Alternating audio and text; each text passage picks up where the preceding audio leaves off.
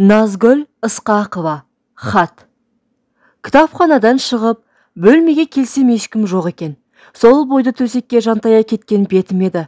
Асыға, аптыға басып келе жатқан біреудің аяғының тықырын елең ете қалдым. Жалма-жан ұшып түре келіп, өзімді жөнге келтіре бастадым. Сөйткенше болмай, «Жазира, саған хат келді, кәнеки, биле!» «Әйтпесе бермеймін», деп жайраң қаға Алтынай кіріп келді. «Ту, Алтынай, мені қатты састырдың ғой. Қыздар жігіттерді ертіп әкеле жатыр ма деп қалсам?» «Сенбісің? Бір өзіңнің дүбірің 10 адамның дүбірімен кем емес-ау?» Алтынай қолындағы көк конвертті жоғары көтере түсіп, стол маңында жүгіріп жүр. Конверт сыртына үңілген сайын ол көзіме жылы ұшырай түседі. Таныш жазу. Айнымаған өзінің жазуы. Қалам ұшын іш жағына қарай қисайта жазатын.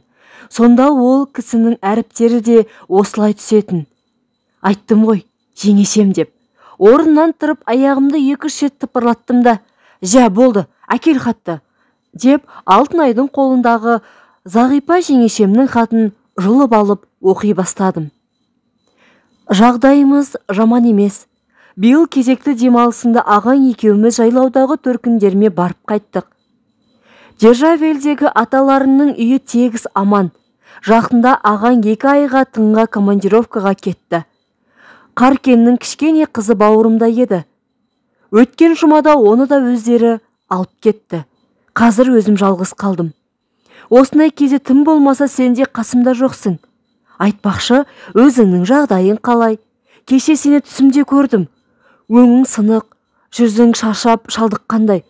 Томсырайып кеп, тосырқаған адамша анадай жерде тұрып қалдың.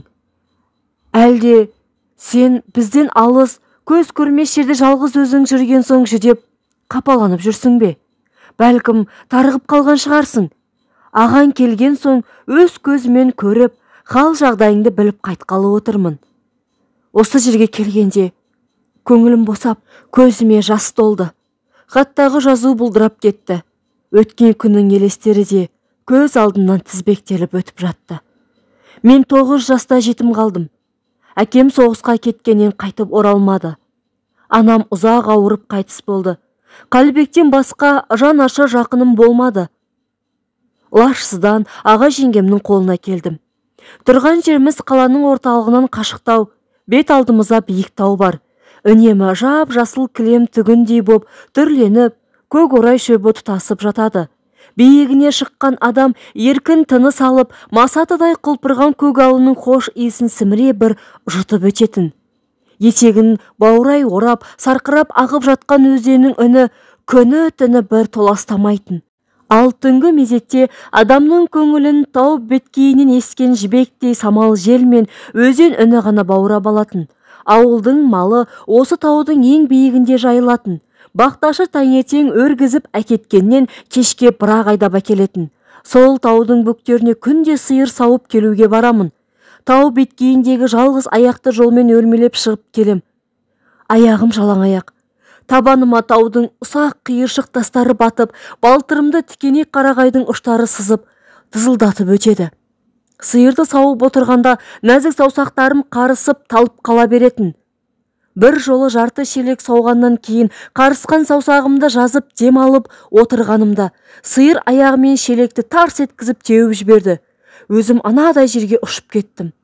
Сүтім ақтарылып қалды. Енді жеңешем не дер екен деп не істерімді білмей ызаға булықтым да жерде жатқан шыбықты ала салып сиырды осып жібердім. Өзім теңдес балалар тәтті ұйқыда жатады. Ал мен болсам таң сәреде оянып, былшық басқан көзімді тырмалап, ала қасқа сиырды тегенектей желіндегі 4 емшегіне кеп отырам. Өзенен ары асырып, өріске айдап апарып қосам. Сол таңдарда балалық тәтті ұйқымның бұзылып, талай рет шайдай ашылғаны есімде. Қызметтен қайтқанда көңіл күйі қалай деп үнемі жеңешемнің қас-қабағына қарайтынмын. Әлстей қабағын қары шауып бір жадырамайтын. Кей күндері үйде екеуміз-ақ қаламыз. Сонда әр нәрсені әуестеніп білсем деп ақылдасқым келіп, ішкі жан дүниемді ақтарып, сыр шеткім келетін. Жеңешесі мен қайын сіңлісі сырлас болады дейтін еді. қайын сіңлісінің ақылшы досы, қамқоршы адамы жеңешесі. Жеңешесінің тізесіне сүйеніп алып, қайын сіңлісі еркелей отырып, алғашқы жүрегіне түскен отты сезім күйін сыр етіп, назана жеткізеді деген сөздерді талай еститінмін. Мен де ылғи осындай кезді күтетінмін. Бірақ менің бұл үмітім ақталған емес. Күн демалыс еді. Бір машина көмір түсірдік. 2 шелектеп кеш бата қораға тасып бітірдім. 2 иығым салбырап, шаршап үйге кірдім. 2 алақаныма қарасам, сау жері жоқ. Аппақ болып, күлдіреп, ойылып қалыпты. Ойымда еш нәрсе жоқ. Мынаны қараңыз. Жеңешеме алақанды көрсеттім. Ойылғанын қызықтап. Не қылдайсың маған? Онан да бар, даладан бірлеген көмір әкел, пешке сал, деп зірк етті. Шіркін, қазір анам болса, жарығым-ай, жалғызым-ай, қолыңды сонша неге күлдіретіп алдың? Не жақсам екен енді, деп қолымды сипап, кеудесіне қысып ескереді. Мүмкін, сенің табаныңа кірген шөгір, менің маңдайыма кірсінші деп, кемсеңдеп егілер еді. Анашым, тым болмаса өз аузымды өзіме жеткізіп те кетпедің-ау деп, өксіп еңіредім. Бірде мен сабағымнан келдім. Ауыз бөлмеде пешке қарсы менің тот басқан темір төсегім тұрады. Жеңешем сол төсектің үстінде көрші әйелмен ауыл арасының өсегін дуылдатып отыр. Келісімен сыбанып үй шаруасына кірісіп кеттім. Әкелген сүтті плита үстіне қойдым да сенекте еттің қамырын жаюға кірістім. Сәлден соң сүтім тасып, пышылдап плита үстіне төгіліп, қоңырсыған иіс бөлме ішіне алып кетті. Қайда жүрсің? Үйдің ішін бықсытып, адам түтінге булықтырып, деп бақырып жіберді жеңешем. Қолым тимей жатыр ғой, нан жайып отырмын, көрмейсің бе? Дедім. Қураған қу жетімек, тарт тіліңді, деп жеңешем қабырғаға сүйеулі тұрған темір қыспақты алып басымнан бір қойды. Бөксітіп барып, төсегімнің аяғына отыра кеттім. Тұр, жалмауыз. Әке шешеңді бірдей жұтып, қуратып отырсын. Көзің ағырғыр, деп жеңешем бүйрегімнен сұқ саусағымен тағы нұқып қалды. Көкірегімді удай ашытып, тіліп өткен зәрлі сөзінен көзімнен аққан ащы жас тамшыларын 2 алақаныммен сипап түстім де орнымнан ұшып тұрдым.